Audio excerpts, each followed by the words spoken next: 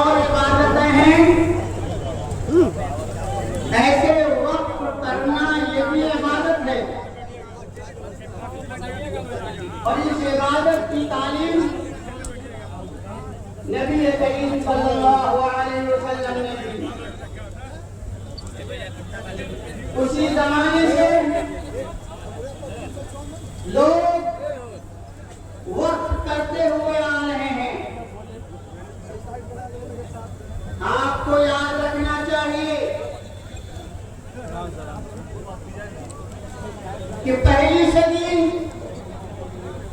दूसरी सदी से लेकर के 8वीं सदी तक लोगों ने इस कदर वक्त किया कि मजीद वक्त करने की जरूरत बाकी नहीं रह गई थी। ठीक है।